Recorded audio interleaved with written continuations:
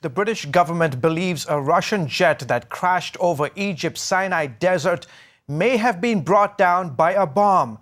Prime Minister David Cameron's office say aviation experts are right now on their way to the Sinai resort to assess security procedures at the Sharm al-Sheikh airport. The UK government has decided to suspend flights to and from the Sinai Peninsula as precaution. Joining me to discuss these latest developments are CBN's terrorism analyst Eric Stakelbeck, who joins us from our Washington, D.C. bureau. And here in studio is CBN's chief international reporter Gary Lane, who has traveled extensively across Egypt and has made trips to Sharm el-Sheikh. Let me begin with you, Eric, in Washington. Prime Minister's office says they cannot say categorically why the Russian jet crashed, but they say the plane may have been brought down by an explosive device. What do you make of this sudden and surprising statement? Well, very interesting, George. Look, this is the UK government, right? This is not some tin pot dictatorship. This is a very credible Western government that is saying this. So I think there's some credibility there for sure. Look, it's unclear still. We don't want to get ahead of ourselves here and say it was definitively an explosive or what brought this plane down. We don't know yet. But I think it's worth asking questions. Look, this occurred obviously over Egypt, where we have an Islamic jihadist insurgency led by the likes of ISIS going on in the Sinai Peninsula right now.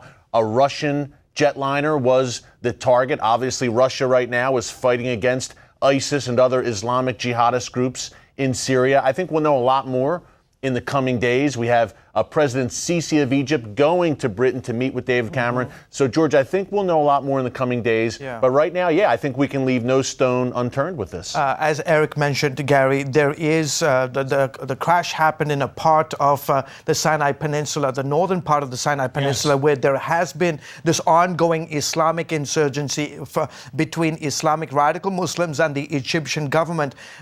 President al-Sisi of Egypt just said recently that the situation in the Sinai Peninsula is under full control. Is he accurate? Well, I don't think he is accurate. I would say better control than it has been over recent years, especially during the Muslim Brotherhood time, when they supported many of those same people. Complete control, no. Better control, yes. But here's the point. This is going to be extremely damaging to Egypt. Their tourism industry depends on Sharm el-Sheikh. People from Russia primarily coming there in November, December, when the weather's a little cooler, about 85 degrees.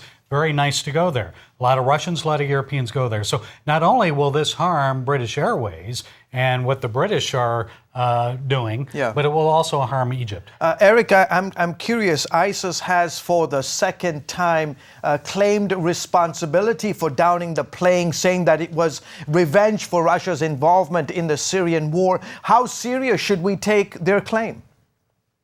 I think we need to take it seriously, George. Look, the Russians and the Egyptians are saying, oh, it's just propaganda. You can't believe what they're saying. But as we're kind of putting the dots together here, you, Gary, and I, yes, there is an Islamic insurgency led by an ISIS-affiliated group going on in northern Sinai where this plane crashed. I mean, that's the bottom line. That is a fact. So to see this group, this ISIS-affiliated group based in northern Sinai, claiming responsibility twice, I think we have to examine it very closely. I wouldn't just dismiss it offhand as just mindless propaganda. And ISIS has had a pretty good track record of when they claim responsibility for attacks, it usually does turn out to be them. We don't know in this case, obviously, but so far, ISIS has not really been one to go out on a limb and say they did something that they didn't do. Gary, Russia's President Vladimir Putin's war in Syria has been cost-free for the moment. Do you think that calculation will change if at all? For example, ISIS and other al-Qaeda groups have been calling for a wave of attacks against Russian interests and the Russian people. And of course, the key, George, will not be what happens in Egypt or in the Middle East against Russia, but what happens on Russian soil. And as you know, there have been battles over the years with the Chechens, and one of the prime field leaders in this ISIS battle was a Chechen. Remember his red hair and red beard? He was right there capturing American equipment in Iraq. So when it becomes too costly for them, like it was in Afghanistan, then you'll see a difference. But so far, there hasn't been much cost for Russia. Eric, the leader of al-Qaeda's branch in Syria, has urged supporters to stage attacks in Russia in retaliation for Moscow's war in Syria. Could this have serious consequences for Putin's government? I don't know about for his government, George, but for the security of the Russian people, yes.